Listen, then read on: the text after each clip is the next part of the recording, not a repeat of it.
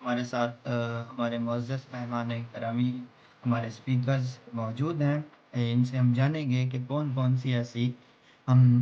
جو ٹیکنالوجیز ہیں، طریقہ کار ہیں، یا کس حساب سے ہم جو عالمی خوراک کا دن ہے اس میں کسانوں خاص طور پہ اور انسانوں میں یہ جو خوراک کا ضیاع ہے، اور اس کے علاوہ باقی جتنے اس کے ساتھ عوامل ہیں اس کی جو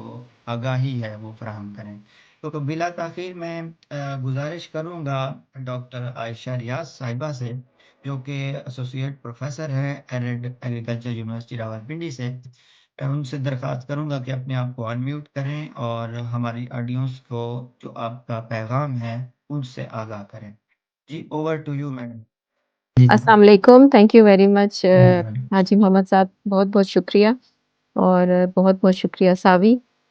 جنہوں نے مجھے آج یہاں بلایا خوراک کے عالمی دن پہ، اور مجھے بولنے دیا تاکہ میں کچھ چیزیں ڈسکس کر سکوں۔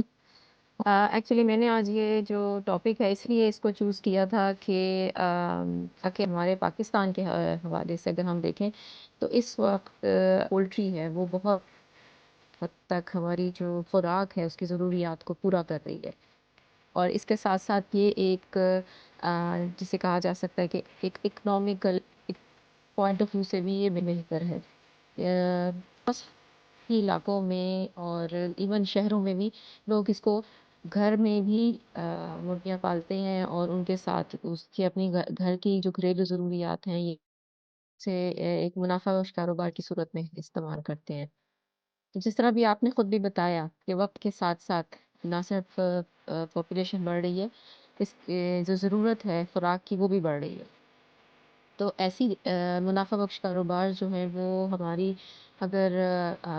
لوگ ان کو اپنائیں گے، اسٹارٹ کریں گے، تو نہ صرف ان کی اپنی بلکہ ملک کی ایک اقتصادی صورتحال بھی بہتر ہوگی۔